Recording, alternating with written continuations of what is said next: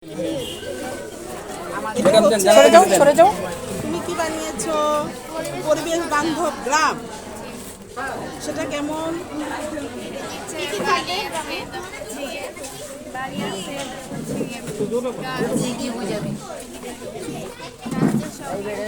গাছ আছে, গাছ হলো পরিবেশকে দূষণমুক্ত করবে, তাই না?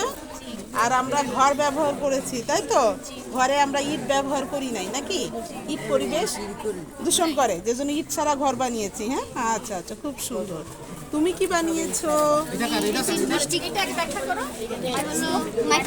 মাইক্রোস্কোপ বানিয়েছো?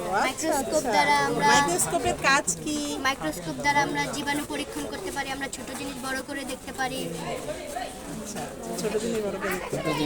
তাহলে এখানে কিভাবে দেখি সেই প্রক্রিয়াটা কি জানো? ছোট জিনিস মাইক্রোস্কোপ কিভাবে বড় করে? কিভাবে দেয় বলো। কিসের নিচে দিবা দিয়ে দেখাবো কিভাবে বড় করে? ছোট জিনিস বড় করে এই কাজ দিয়েও দেখে, তাই না? কাজগুলো অনেকগুলো কাজ থাকে। অবতল নাকি উত্তল লেন্স? উত্তল লেন্স বড় দেখায়, তাই না? চশমাতে থাকে, ছোট জিনিস বড় দেখায়। আচ্ছা আচ্ছা, বৃষ্টিটা বলো। অ্যাসিড রেইন হলো আমরা নাইট্রোজেন ও অক্সিজেন বিক্রিয়া করে নাইট্রিক অক্সাইড উৎপন্ন করে। তুমি মাস্কটা খুলে ফেলো। অতঃপর নাইট্রিক অক্সাইড বায়ুর অক্সিজেনের সাথে বিক্রিয়া করে আবার নাইট্রোজেন ডাই অক্সাইড তৈরি করে। এসব অক্সাইড দ্রবীভূত হয়ে অ্যাসিড বৃষ্টি ঘটায়। আবার মানব সৃষ্ট কিছু কারণ, বিভিন্ন যানবাহন, কলকারখানা ইত্যাদি থেকে প্রচুর পরিমাণে কার্বন ডাই অক্সাইড বাতাসে চলে আসে, এটা কার্বনিক অ্যাসিড তৈরি করে।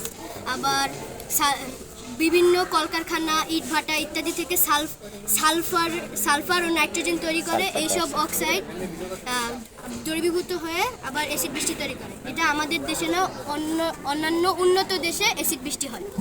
তাই তো? হ্যাঁ। তাহলে তো অ্যাসিড বৃষ্টি হলে কি কি হতে পারে তাদের?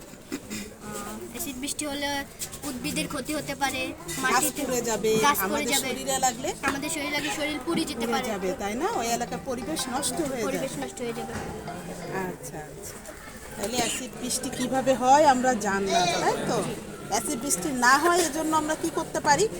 অ্যাসিড বৃষ্টি নেওয়ার জন্য কার্বন ডাই অক্সাইডের রোধ করতে হবে।